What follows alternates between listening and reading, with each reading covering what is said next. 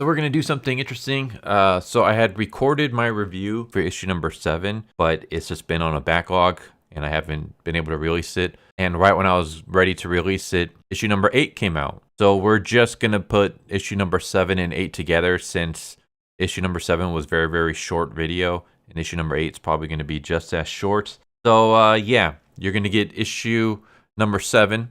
And that has already been, like I said, recorded like a month or so ago. And then we're going to get issue 8, which I'm going to be recording right now. So sit back and watch my review for Feral issues number 7 and 8 from Image Comics. Feral issue number 7 from Image Comics. So in the last issue, we dealt with Patch and what's going on with him after becoming infected. And in this issue, we go back to Elsie and the kids. So we get to see like what their life has been like. And I believe we have like a time skip because the forest is all covered in snow, and now the snow is starting to melt. So we have passage of season, and the kids don't seem to be babies anymore. They're still kids, but they appear to be older now. And one of them is kind of a jerk. Yeah, they're basically just kind of stuck inside the shed. They don't get to go out much because there are the quote-unquote bad kind, the infected, outside. And so Elsie and their parents don't want them to be out. But they're tired of being stuck inside the shed. They're tired of just eating nothing but insects. And they see a mouse and they're like, hey, what if we catch the mouse? We can eat something better than just bugs. So they end up chasing the mouse, and the chase ends up taking them outside. They're like, hey, mama says don't leave the barn unless we're supervised. And of course, the kids are kind of smart alecky, and they're like, well, we are being supervised. You two are supervising me, and I'm supervising you. So everyone's being supervised. And it turns out to be a bad idea because a bunch of rats that are infected come out and start attacking the kids. The kids make a run for it. Elsie gets involved and starts holding off the rats. And the kids rushing back into the shed where they go to their mom. And they're basically forced to escape. They're forced to abandon the shed. So they make their escape. Elsie eventually rejoins them. And then later on, while they're lost in the woods, they see a bunch of fish, and the kids want to eat it. They're like, no, don't touch it. We don't know who left it. We don't know if it's safe. We got to be careful. But the kids are like, we're starving. It's food here. Let's just eat it. And it activates a trap, which catches all of them.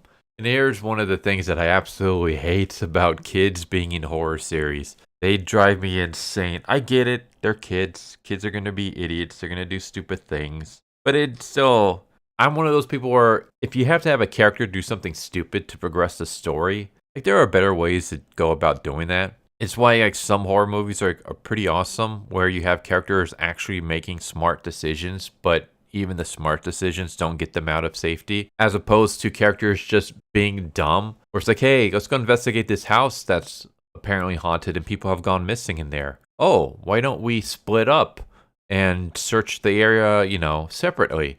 That seems like a good idea. Like, it's just dumb decisions so that we can progress the story, so that we can progress the horror aspect. And we have like a lot of that in horror, but especially when it comes to kids. Like, kids never make smart decisions in horror movies, and I can't stand them. So I don't like these kids. I find them very, very annoying. I totally understand why they were doing what they're doing. I have 2 cats of my own, and I had both of them when they were kids, and they act like the kids in this one does. In fact, one of them, who's older now, still acts like a child. So I completely understand. At the same time, it doesn't make it less annoying. But yeah, they get captured, and a human comes and takes them. And the human ends up taking them to this cabin in the middle of the woods. And inside are a bunch of cats, including Lord. And this just makes me wonder if this is leading to something terrible. Because, I mean, the placemat says cats welcome. All the cats seem to be healthy and happy. But I did read Stray Dogs. And Stray Dogs kind of appeared like that at first as well. Where we had like a new dog showing up, and they were taken to like a house in the middle of nowhere with a bunch of other dogs, and all the dogs seemed to be very happy, but there was just something amiss. Like, there's something that didn't seem right. And I'm wondering if that's what we're going to get here. Or just something doesn't seem right. Why is there this person putting traps outside to capture cats?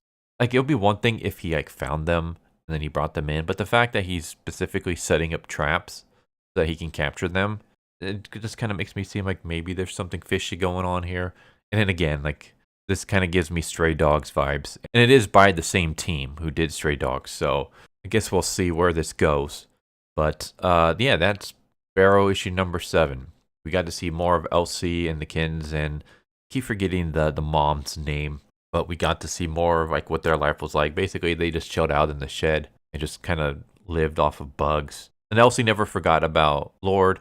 She would spend time like trying to search for him, but now she's found him. And this just seems like one of those situations where it's like out of the frying pan into the fire. I guess we'll see. All in all, I like this series. I find the Kins annoying. I don't care for them at all. And I get it. Again, like I understand that they're acting like little kids. And the way that they act is kind of like, it is what a kid would act like. It doesn't make it less annoying though. An annoying character is still an annoying character, even if I understand why they're annoying. Just like a villain is a villain, even if you know why they do what they do. It doesn't make them any less of a bad guy. Yeah, I don't really care for these kids. But yeah, I like this series overall. I thought this issue was okay. While I enjoy Feral, I thought this was more of like the weakest issue so far. It's not like enough for me to give up the series or anything like that. It's not a terrible issue. It's just the other issues have been so good that this one just kind of really doesn't compare. It feels pretty weak when compared to the other stuff that we've read in this series. So we start off issue number 8, where issue number 7 left off somewhat. So in issue number 7, as you guys just saw, Elsie and Gigi found a new house filled with cats, and Lord is there. And Elsie right now is just not in the best of mind space. She kind of has a Mufasa moment where she is seeing like the ghost of another cat telling her that it's not safe, you're not alone, you have to have sharp teeth and sharp claws, you're still not prepared, you got a soft belly and soft instincts. Comfort has made you more pet than beast. And then that's when this other cat named Chloe shows up. And Chloe is overly friendly. And Elsie doesn't like that. Elsie's like, there's something wrong here. Like, just something doesn't make sense to me. She kind of swipes at Chloe. But Chloe keeps a smile on her face, doesn't react negatively whatsoever. And she introduces Elsie to a bunch of other cats, including Lord. And we have a moment that's kind of interesting to me, where Elsie goes to Lord and is trying to apologize for what Elsie did when Lord was small, when Lord was younger. If you remember, Elsie like sent him off into the woods and he got attacked and he's never been the same since, and he kind of blocked out that memory. And she's trying to apologize for it. And Lord has this very standoffish, kind of depressed look on his face. And then the next panel, he immediately is happy and he's like, Elsie, I can't believe you're here. Oh my gosh. And he's like gushing that she's back. That was interesting. This feels very much like an act that he's putting on. But we basically just have him talking about how great this place is and how great the lady that keeps them all is. And as they're walking, they pass by a door and Elsie's like, there's cats on the other side of that door. What's going on? And Ord explains that those are cats that need to be disciplined. And Elsie's like, but that's not freedom. Like you said, this place was a paradise. Why are there cats locked up away? What if they do that to us? Even Gigi shows up and tells Elsie to calm down. And they basically go and talk amongst themselves. And Gigi has hidden the kittens away. She's hidden her kittens away because she tells Elsie, like, hey, there's something wrong with this place. Place feels off to me. I don't know what it is, but I don't want to be here for too long. And I don't want you to hide with me because I'm doing everything I can to keep my kids calm. And your energy is very stressful right now. I can't have you around my kids until you find a place to just chill and relax. And once you do that, we can brainstorm what our next step is going to be. And so Elsie's like going around. She's trying to find some place to hide. And she looks under the couch and she sees the remains of a cat that had died and has decomposed. And it's nothing but skeletons. And there's like dried blood and maggots around. And she's freaking out. She goes and tells everybody. And everybody's reaction is not to react in the way you would think. Everyone's just calm. Chloe's like, oh, that's probably just Emma. I wondered where she'd been. And she's like, the lady keeps us even when we're gone, even when we're sick. And Elsie's like, stop it. Like, you guys are acting calm, but you're just creeping me out. Like, there's something wrong with all of you guys. There's something wrong with this place. The way that all of you act, it doesn't seem genuine. Like, what is going on? And even Laura's trying to calm her down.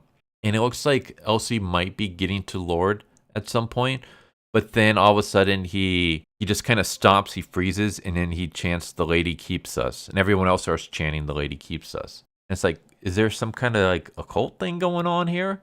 This is weird. Why are they all chanting this? It reminds me very much of the villagers from Resident Evil 4, where they just kind of chant the same thing, Lord Salazar, and they all seem to be like mind controlled.